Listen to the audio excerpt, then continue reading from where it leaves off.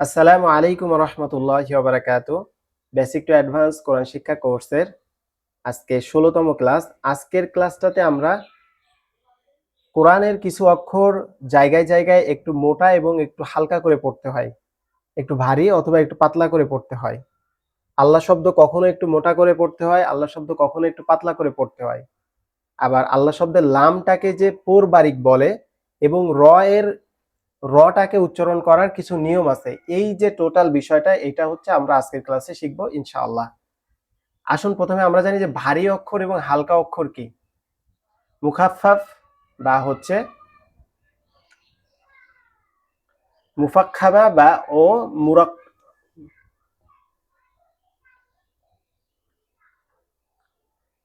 মুফাক্খামা মুফাক্খামা ও মুরাক্কাকাহ মুফাক্খামা ও মুরাক্কাকাহ এই দুইটা বিষয় হচ্ছে ভারী এবং হালকা অক্ষরের সাথে জড়িত।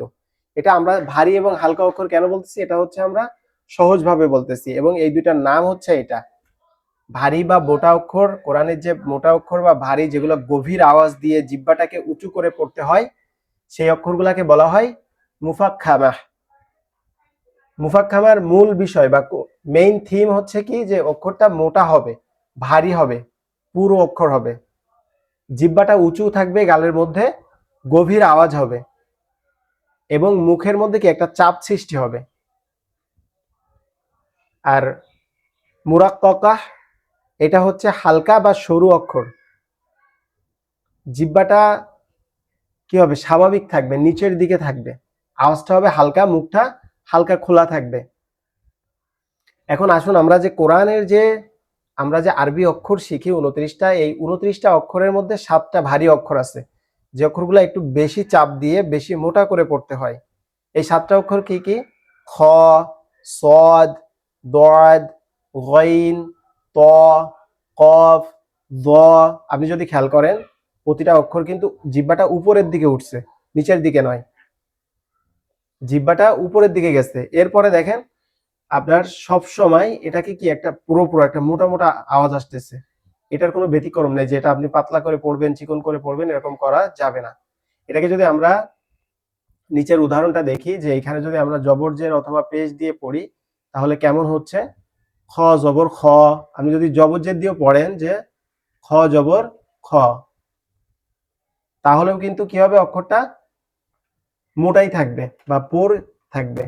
খ জবর জিম জবর যা, জিম জে জি, জিম পে জু, এটা কি পাতলা হচ্ছে, কারণ এটা হচ্ছে আমাদের এই ৭টি মোটা অক্ষরের মধ্যে নাই। কিন্তু আমরা যদি খটাকে পড়ি, খ জবর খ, খ জের খি, খ পেশ খু, এটা কিন্তু ওপরের দিকে উঠতেছে এবং একটা মোটা আওয়াজ হচ্ছে, একটা মোটা আওয়াজ দিচ্ছে। এবার আমরা ১৯টা যে হালকা অক্ষর আছে, এখানে আমরা কয়টা পড়লাম? ৭টা পড়লাম মোটা অক্ষর বা ভারী অক্ষর। এরপরে আমরা ১৯টা যে হালকা অক্ষর আছে, এগুলো আমরা এখন দেখব। আলিফ, বা, তা, সা, জিম, হা, খ, দাল, দাল, র। র কিন্তু মোটা অক্ষরের মধ্যে, র এখানে হবে না, এখানে হবে কি ঝা, সিন, শিন, সদ। সদও মোটা অক্ষরের মধ্যে, আইন, ফা, কফ, মিম, নুন, হা, ওয়াও, ইয়া। এই যে ১৯টা অক্ষর আমরা দেখলাম, এই ১৯টা অক্ষরের বৈশিষ্ট্য হচ্ছে সবসময় কি থাকবে, হালকা থাকবে, জিহ্বা স্বাভাবিক বা নিচু থাকবে, সব হরকতে জবর জের পেশ সর্ব অবস্থায় কি থাকবে, সরু আওয়াজ আসবে, চিকন আওয়াজ, এটারও কোনো ব্যতিক্রম নাই। এখন আসুন ল এবং র। ল বলতে কি লাম এবং র বলতে র অক্ষর, এটা কখন ভারী হবে কখন হালকা হবে এটা আমরা জানবো। লামটা সাধারণ অবস্থায় যদি কোনো নিয়ম ছাড়া এমনি স্বাভাবিক আসে তাহলে কি হবে, এটা হালকা আওয়াজে পড়তে হবে, আগের হরকত দেখতে হবে। এটা কখন ভারী হবে কখন মোটা হবে এটা দেখলে কি করতে হবে, এটা বুঝতে হলে হরকত আগে আমাকে দেখতে হবে, যে এর আগে কোন হরকত আছে এরপরে কোন হরকত আছে, এটা আমাদেরকে জানতে হবে। এরপরে দেখেন আমরা কিছু উদাহরণ দেখি এখানে। রজ, র এর উপর যখন জবর আসে, র, আমরা একটা র অক্ষর দিলাম এখানে, আমরা লিখলাম রব্বানা।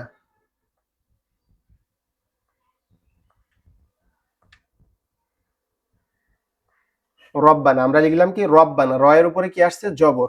র কখন মোটা হবে? র এর উপর যখন জবর আসবে অথবা পেশ, জবর অথবা পেশ। আরেকটা উদাহরণ লিখি, রুজিকনা।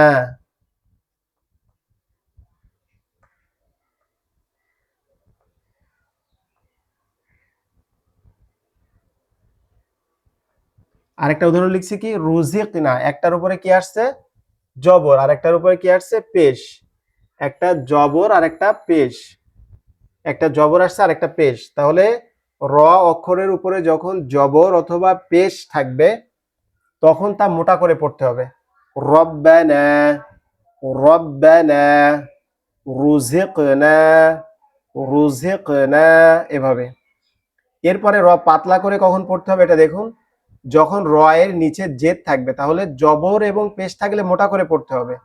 আর যখন র এর নিচে জের থাকবে তখন রটাকে কি করতে হবে? পাতলা করে পড়তে হবে। যেমন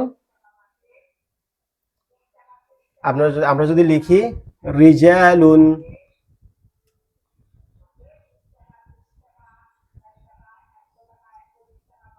রিজালুন,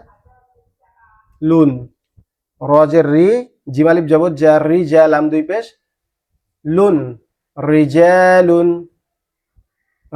রিজালুন, রিজালুন, রিজালুন, এভাবে হালকা করে হবে। আর রব্বানা, রুজিকনা, এভাবে এটা কি হবে? মোটা করে আওয়াজ হবে।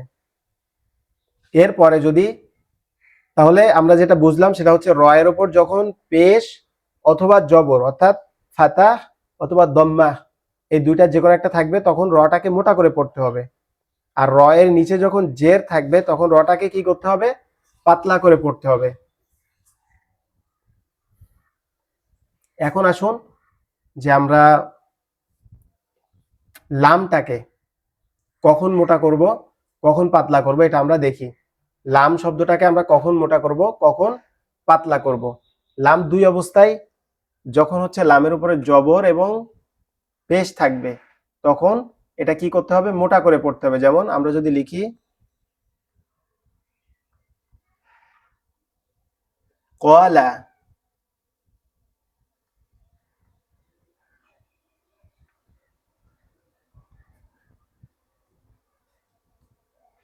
কলাল্লাহু, কলাল্লাহু, আল্লাহ শব্দের আগের অক্ষরে যদি জবর বা পেশ থাকে তবে আল্লাহ শব্দের লামটা মোটা করে পড়তে হবে। সহজ বিষয়। যদি এখানে আল্লাহ শব্দের আগে কি অক্ষর আছে, আরেকটা বিষয় আমি আপনাদেরকে আগের ক্লাসগুলোতে বলছি যে তাসদিদ এবং হরকতের মাঝে যদি অতিরিক্ত কোনো অক্ষর থাকে, যেমন এখানে দেখেন অতিরিক্ত অক্ষর আসছে, এই যে অতিরিক্ত অক্ষর থাকবে এগুলাকে কি করতে হবে? বাদ দিয়ে দিতে হবে। শুধুমাত্র যেটার উপরে হরকত আছে আর যেটার উপরে তাসদিদ আছে এই দুইটা উচ্চারিত হবে। তাহলে কি হবে? ক্বালাল্লাহু, ক্বালাল্লাহু, মোটা একটা আওয়াজ আসবে। আবার যদি দেখি আব্দুল্লাহি,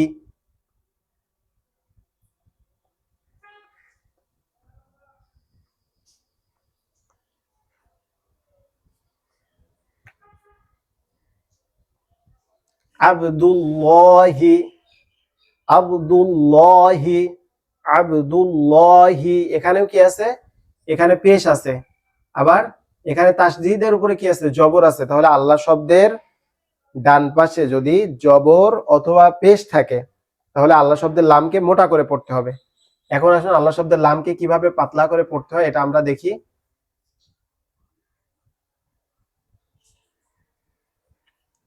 আল্লাহ শব্দের লাম যেটা, এটাতে যদি জের হয় তখন এটাকে পাতলা করে পড়তে হবে। যেমন আমরা এখানে লিখি, যেটা আমরা বহুল পঠিত সবসময় পড়তে থাকি,